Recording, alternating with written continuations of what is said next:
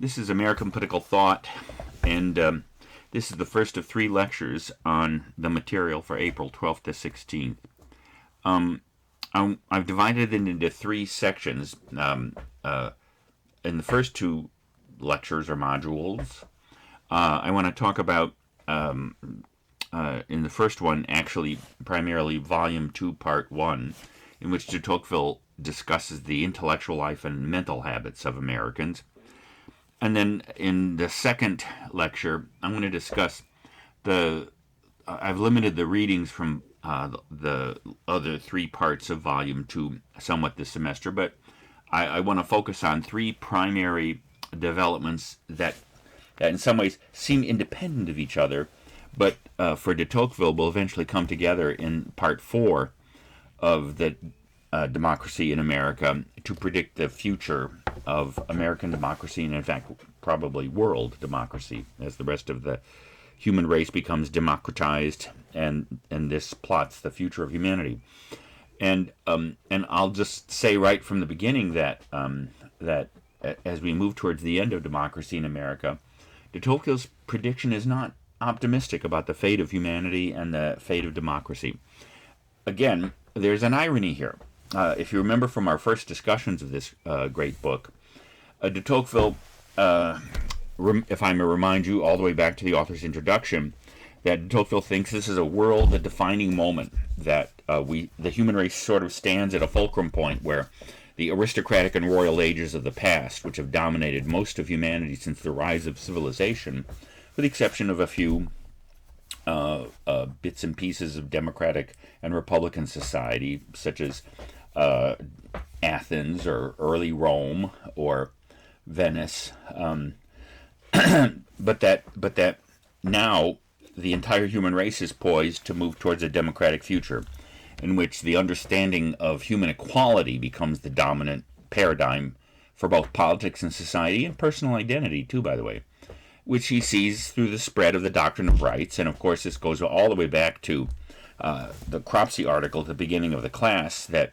American politics is born in and driven by modern political philosophy. So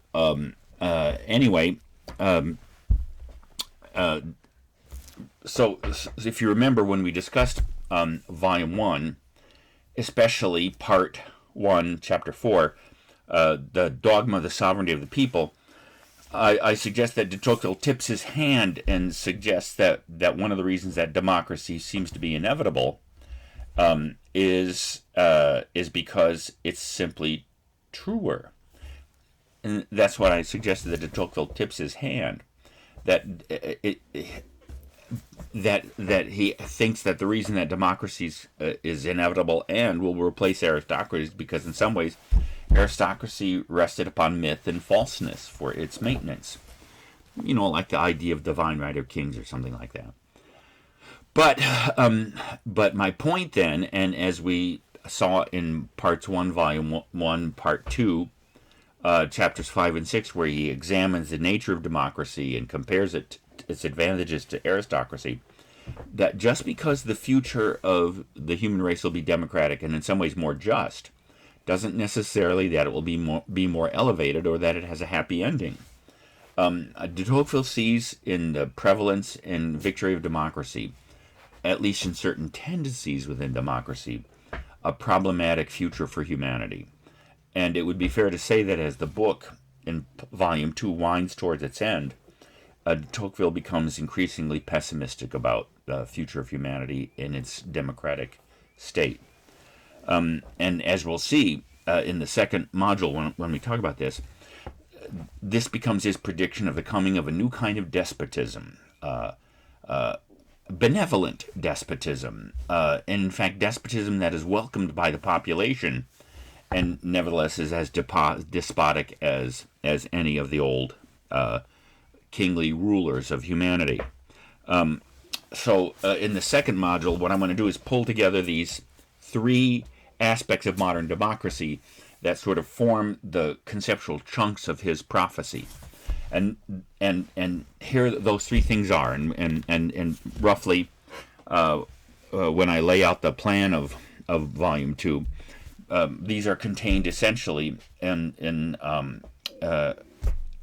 by the way, all of these elements are foreshadowed, as you'll see, in Volume 1.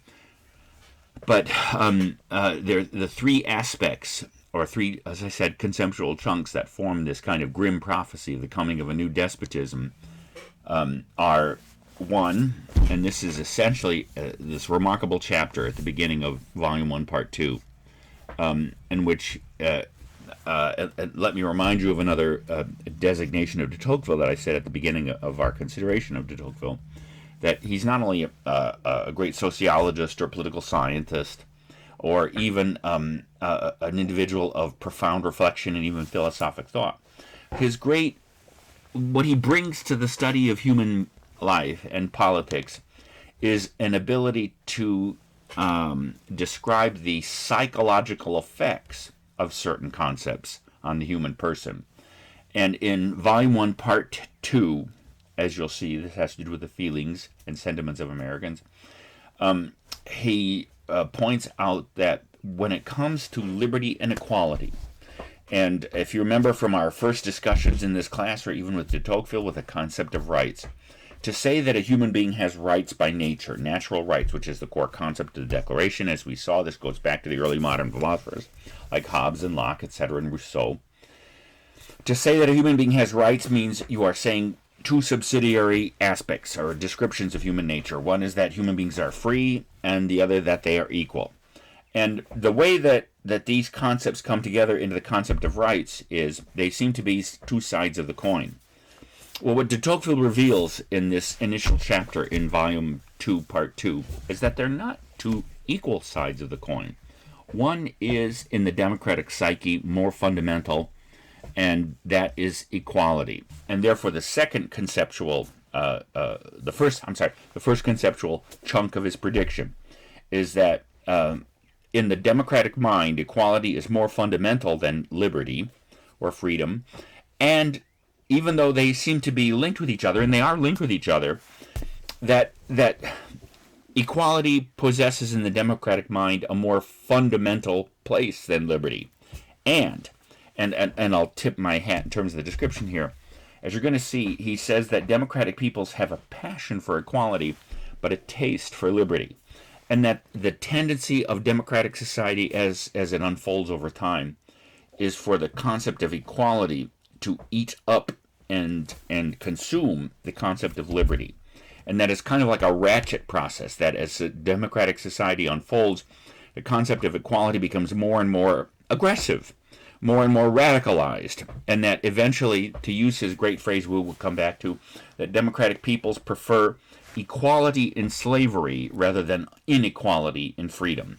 This is a very portentous idea. The second concept has to do with the tendency of democratic societies to fall into what he calls individualism. And this is a core concept in de Tocqueville's analysis of democracy. And one of the things you'll see is we have to disabuse ourselves. Americans hear the term individualistic or individualism and see it as a positive. You're going to see in de Tocqueville's analysis, individualism is not a positive thing. It's not a good thing.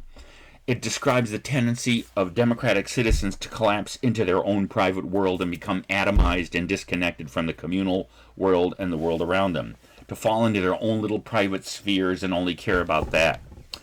And we'll see both the sociological and economic roots of that laid in Volume 1. And I'll remind you of that when we come to this. But this is a powerful tendency. And then the third conceptual chunk out of which this somewhat pessimistic prediction of the new despotism is the tendency of democratic states to centralize and, in fact, to collapse society and government into administrative centralization. So when you combine this passion for equality over a taste for liberty, when you combine this tendency towards individualism and with this tendency to concentrate governmental or administrative authority, that's, as you'll see, why in Part 4, where he brings all of these things together and provides his vision of the future, especially in Chapter 6 of Part 4, the kind of despotism that democratic societies have to look forward to. So that will be our second lecture. And then the third lecture I want to come back to, because remember, as I said when I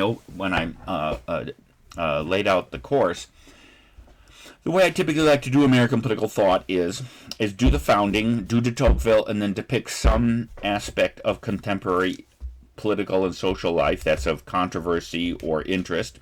And I've done all kinds of things. This will probably be the 14th time that I've taught this course at Converse since 1986. And I've picked all kinds of things to link the founding and de Tocqueville's analysis. And the one that seemed to me to cry out for attention, given the events of the last year in this country and the formation of public rhetoric around the controversial events that have seized our country, and there have been lots of controversial events, obviously, but I'm talking about with the death of George Floyd last summer, the protests and riots and looting and disturbances, plus the whole reaction to this that became part of our public life.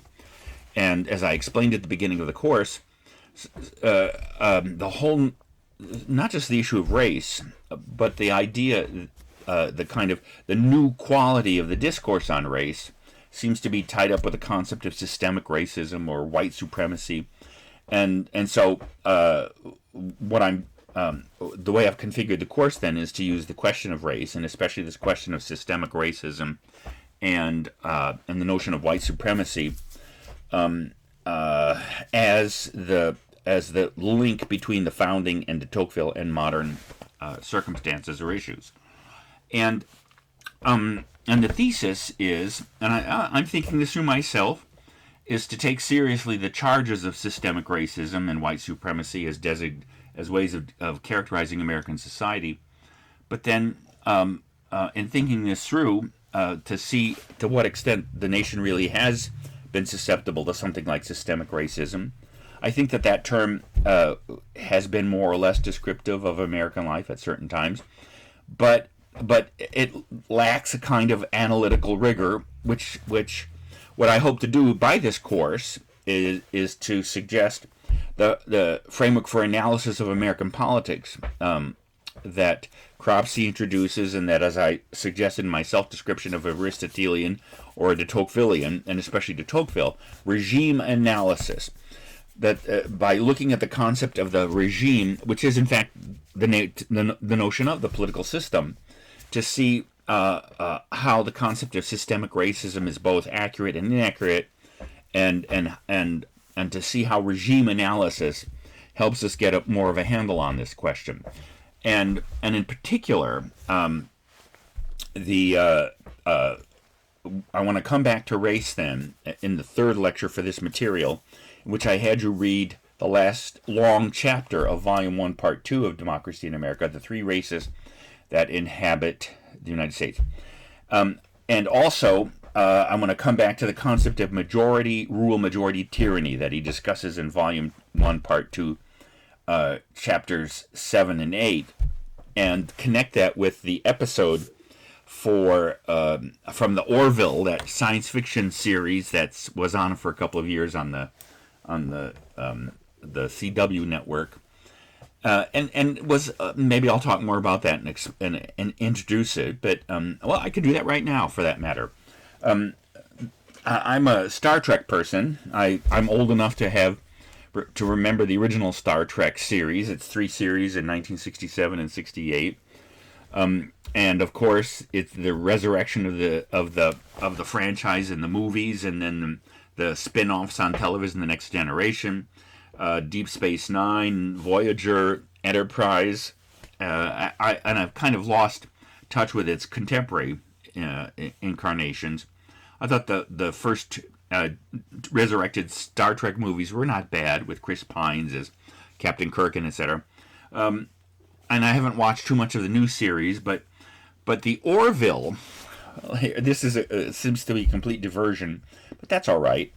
You might have seen a great parody, but also affirmation of Star Trek a couple of years ago, Galaxy Quest, which was both a parody of Star Trek and the universe of Star Trek and the Star Trek convention culture, but then also, in some ways, also an homage to Star Trek. And I recommend that movie. It's pretty good, actually. Galaxy Quest. It's pretty funny. It has Tim Allen and the guy that played Snape in Harry Potter. I just blanked on his name. And Sigourney Weaver, etc. Pretty funny, but pretty good movie. The Orville, which by Seth MacFarlane, who's the originator of Family Guy and a couple of other television franchises, he was always a fan of Star Trek, and he wanted to kind of do a recasting with Star Trek. Now, in some ways, the Orville, like Galaxy Quest, is both a parody of and an homage to Star Trek. And it wouldn't be fair to say that it's because what the Orville does is take the premise of Star Trek, a kind of enlightenment future in which science has kind of lifted humanity up and we've spread out into the galaxy. Only instead of the Federation of Planets, it's the Planetary Union, which, if you think about it, the abbreviation is PU.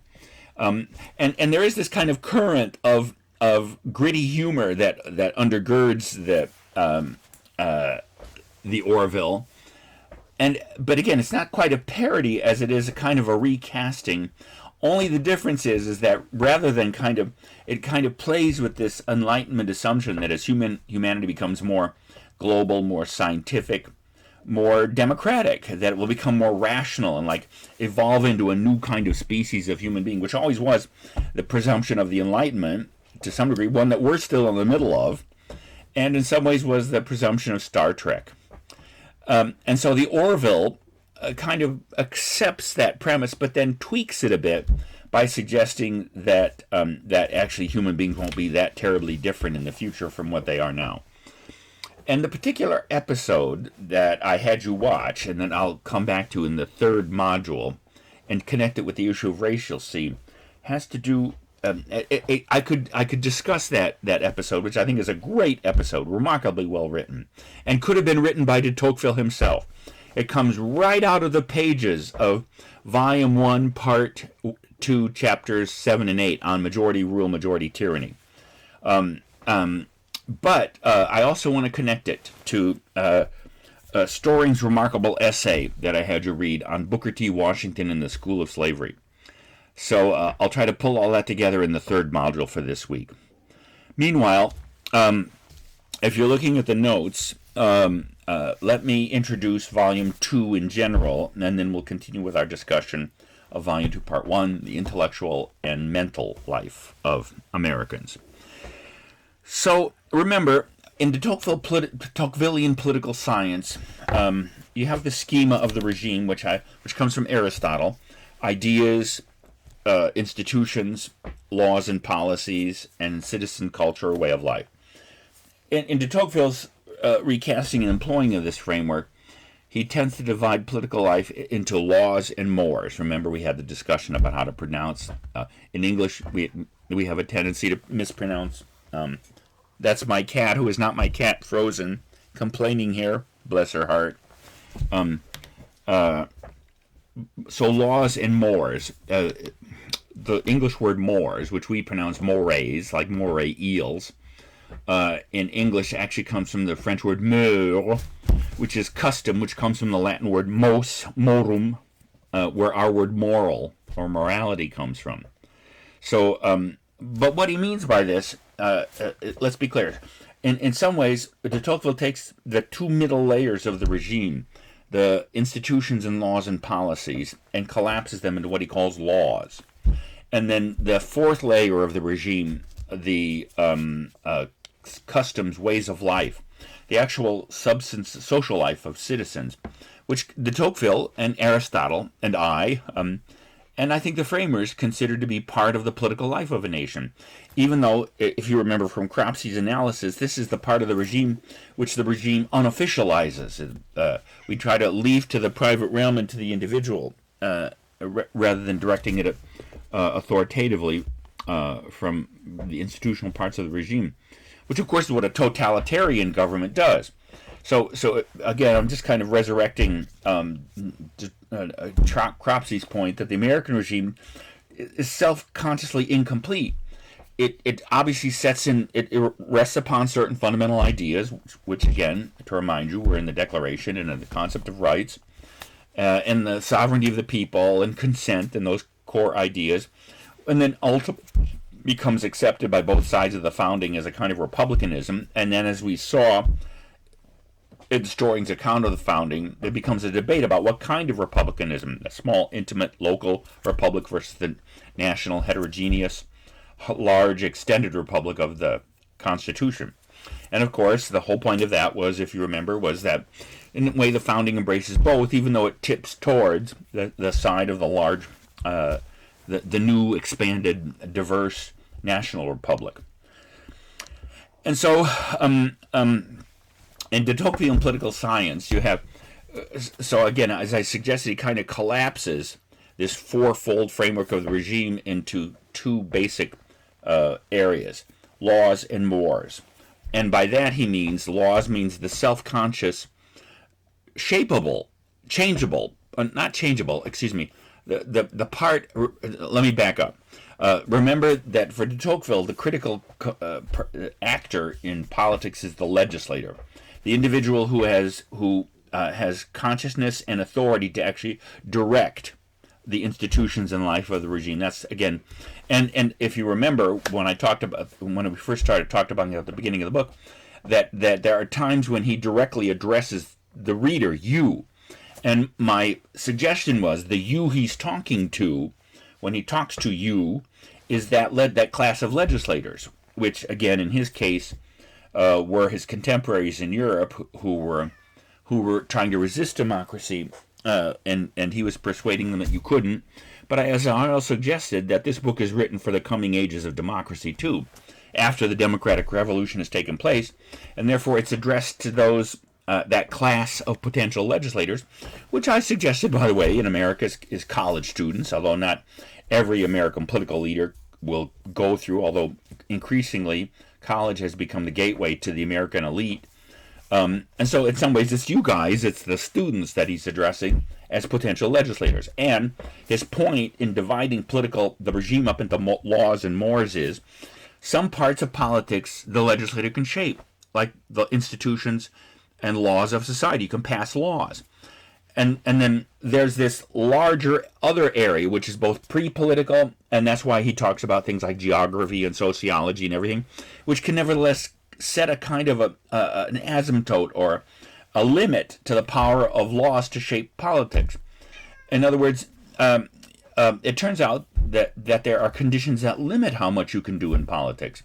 And part of that is both the social life of the people that you legislate for, but on the other hand, and it's like a chicken and egg kind of thing, can self-consciously designated laws and policies actually shape the thinking and feeling and the social life of human beings, or does the mores, the social life and inner life and emotional and intellectual life of the people, limit politics?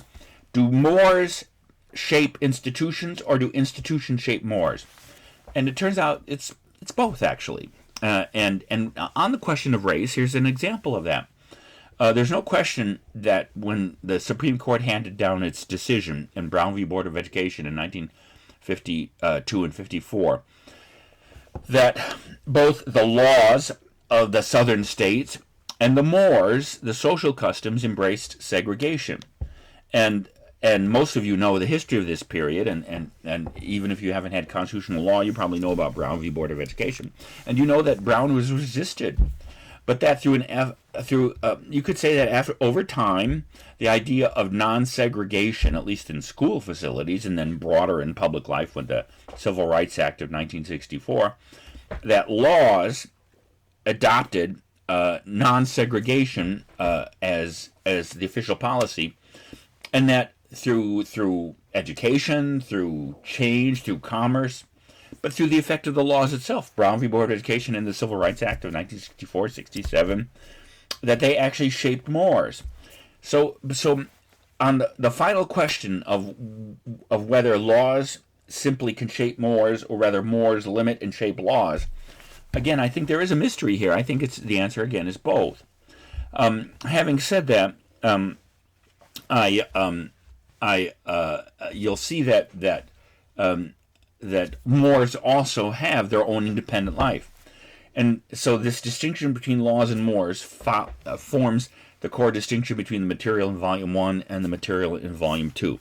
Now, I've talked about the history of democracy in America plenty of times, but just to remind you at this point, since I'm introducing Volume 2 in general and then turning to Volume 2, Part 1, de Tocqueville originally came to this country in 1831 with a traveling partner, Gustave de Beaumont, who was going to write a novel explaining. So de Tocqueville was going to write a book on the politics of America, the laws part, as I've described them above, and that de Beaumont was going to write his novel, which would then reveal the mores, the social customs and inner life and emotional and intellectual life of Americans. He did write that novel, Marie, which is a novel of almost like Uncle Tom's Cabin, where one of the core plots of Uncle Tom's Cabin is George and Eliza meeting and escaping from the slave South and eventually moving to Canada. So Marie is a novel about an ex-slave, and de Tocqueville came to consider that although the novel was great and that he approved of it, it didn't quite do the full job of describing to Europeans or exploring this part of the American political universe, the mores part, the social customs part. And so after he wrote, and by the way, the material in Volume 1 part and Volume 1, Volume 2, they intersect with each other in the same way that mores and laws interpenetrate each other too. But after de Tocqueville finished Volume 1, then he became convinced that it was necessary to write a Volume 2 on mores, and that's exactly what Volume 2 does. So Volume 2, let me do this general introduction, and then we'll concentrate for the rest of this lecture on Volume 2, Part 1, the nature of the thought, intellectual, and literary life of modern democracy, or America. And so Volume 2 has 4 parts. Part 1, which we'll finish today, is on the intellectual, literary, and I already mentioned that, the mental life of Americans, the thoughts of Americans. Volume 2, Part 2, has to do with the feelings and sentimental life, the inner emotional life of Americans, and what shapes their attachments and their loves and dislikes. Part 3 expressly turns to mores, to social customs, and in this section there are all kinds of fascinating essays among the short chapters on things like the relationship between, as de Tocqueville says, master and servant, the American version, and that of course would mean employer and employee, boss and worker, on family life, on the relations between the sexes, on the democratic notion of war, and certain other aspects of unfolding democratic society. And then in Part 4, the summary part of what now, of course, is the entire book, de Tocqueville pulls all of this stuff together to provide a kind of a coherent vision of the future of America. So Part 4 of Volume 2 is the prophetic part, as we'll see. So what does de Tocqueville have to say about the intellectual and mental life of Americans? If you're looking at the notes, let me begin with the opening line of Volume 2, Part 1, Chapter 1. Less attention, I suppose, is paid to philosophy in the United States than in any other country of the civilized world. And by the way, let's just say that I think he got this right. I've been teaching philosophy, political philosophy in American colleges for 40 years now. And philosophic texts are difficult. And as you're going to see, de Tocqueville points out that Americans don't like difficult texts. They prefer the cliff notes. Not that de Tocqueville knew that term, but in a way he does, in fact, point out that Americans are essentially a short attention span people. They will study hard when they consider what they're studying is of practical value and of economic usefulness to them. So as you're going to see, there are all kinds of aspects of our mentality that he points out here. And as you'll see, some of this points backwards to some of his observations in Volume 1, which I'll point out. And I have to say that when I look at, for instance, the future of Converse University, like most other universities in America, Converse used to be a liberal arts college, and it used to have a liberal arts core, and at the core of the liberal arts was essentially the discipline of philosophy. Now philosophy has been kind of shunned to the side. Very few colleges in America and universities in America have, I mean, some still do have a philosophy major. You can still major in philosophy, but there's no question that philosophy has lost its dominance in the University of American academic life. And I think you can see that not only at this institution, but at probably most other American institutions. And in fact, I would say that is true of the liberal arts in general. As I've pointed out, I think in this class and other classes, only 19% of the 3,000 to 4,000 American institutions of higher learning have any history requirement, let alone, by the way, a politics requirement. Many of them have an American government requirement. But the whole idea that you have to take religion and philosophy and history and all these other liberal disciplines, especially philosophy, has quickly and will even more quickly go by the wayside. So I remember a couple of years ago when I visited some of the colleges and universities in North and South Carolina, and I visited Elam University, which used to be Elam College in North Carolina. They had just done away with all of the liberal arts majors, and their newest major was sports facility management. So you couldn't major in English or religion or politics or history or philosophy anymore, but now you could major in sports facility management. As you're going to see, de Tocqueville predicts that's the direction of American and the nature of American intellectual life. So in turning to Chapter 1, there's kind of an irony. Because if I can remind you of the Cropsey article, remember Cropsey says that the American regime originates in modern political philosophy, and it's the perturbations or the unfolding of the self-critique of modern philosophy that forms the direction and nature of American politics. And so how is that connected with Volume 2, Part 1, Chapter 1? Concerning the philosophical approach of the Americans, he says, the Americans are the people who have least read Descartes, but most follow his philosophy. Now, if you've had modern political philosophy, you know Descartes with Francis Bacon, both of whom he mentions, by the way, in this chapter, are the originators of modern scientific method. Which, if I can remind you from Descartes' Discourse on Method from Part 6, the opening paragraphs, he says, in place of the theological or the contemplative science we now have in our universities, remember that René Descartes, wrote the Discourse on Method in 1637, and the dominant fields in the university and academic life at those times were things like theology and philosophy, which were essentially contemplative or speculative. So Descartes says, in place of the speculative or contemplative sciences that dominate in our university, he says we could have a practical one by which, knowing the motions of the stars and planets and all the other bodies around us, we could understand the laws of nature and make ourselves, as it were, masters and possessors of nature, which would lead to, as he says, the creation of an infinity of devices that will yield up the products of the earth without painful labor and lead to a new kind of medicine, which might lead even to immortality. So there you have a kind of a distillation. So there you have it. Descartes says we need a practical science, one that actually helps us change the world and improve it and make it better. And again, relatively few Americans, I know I can tell you this from personal observation, relatively few Americans have read the Discourse on Method, but de Tocqueville's right. There is a certain sense in which Americans follow the practical scientific method of working things out and testing it. Although you're going to see that there are many other aspects of this too. So we are a Cartesian people, he says. Now, what does that mean? We like ideas and texts simple and practical. We want them short, and we want them methodical. And again, don't forget that Americans invented the discipline of the self-help genre.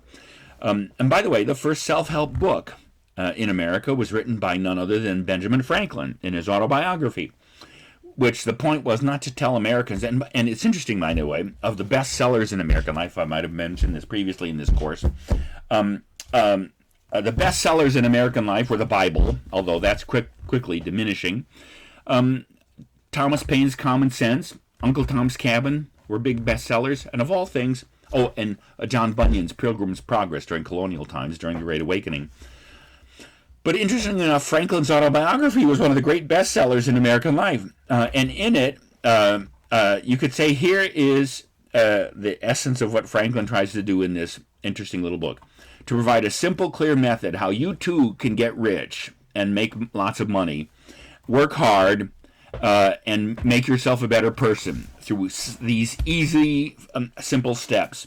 And a whole genre of American self-help books were so simple, practical, methodical, dogmatic, general, superficial, and commercial, and optimistic. And in the notes I mentioned adolescent. Now, de Tocqueville doesn't use this term, but especially in several of them, I asked you to read chapters 1 through 5 and chapters 8 of part 1.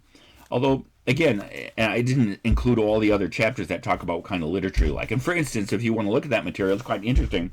De Tocqueville notes that Americans don't like tragedy. We like comedy or melodrama. Yeah, we like to watch people, like surviving, like the Poseidon adventure when the ship turns over and people survive and some don't, and it's exciting and all that stuff. Or like the Towering Inferno or melodramas like that. But essentially, Americans like sitcoms. Oh, they may like a lawyer show or a doctor show here and there that has some drama in it. But they don't like tragedy. And why don't Americans like tragedy? Although I have to say, Tocqueville perhaps didn't see this quite as thoroughly because Americans did eventually develop a strong and reflective literary tradition. We do have great authors, and even some great tragedians like Eugene O'Neill. But it goes counter to our intellectual character. Why? Because Americans are essentially optimistic. We like to think, as he says, Americans like to believe that everything can be worked out, that everything is intelligible to the human mind. That's part of our Cartesian practical scientific method part of us. And we don't like to think that there are dimensions of human life that are broken and unfixable. And by the way, this is I think that you can see this tendency both the right and the left of our political culture, because this idea that you can swoop in, knock off the dictators of a country and replace it with a democratic regime, that's kind of like this American optimistic. And it turns out after 20 years in Afghanistan, our optimism seems to be running out in that experiment. But this is just the political right. The political left believes this too. All you have to do is kind of fix this and fix that, and everything will turn out right. So let's just then see where these tendencies towards superficiality, practicality, methodicalness, and optimism come from. In some ways, they point back to Volume 1, Part 1, Chapter 3, on the social state of, I'm rubbing Frozen the cat here, who's rubbing up against my leg and wanting some attention here. Bless your heart, sweetie. Yes, you good girl. So, if you remember, Chapter 3 in Volume 1, Part 1 is on the social state. And let me give you a quick encapsulation of that, and then to suggest how he applies it here. Well, here, Frozen is visiting. Sweetie girl. Isn't she a beautiful cat? Here, I'll even trip there. So there you go. Isn't she pretty? That's Frozen.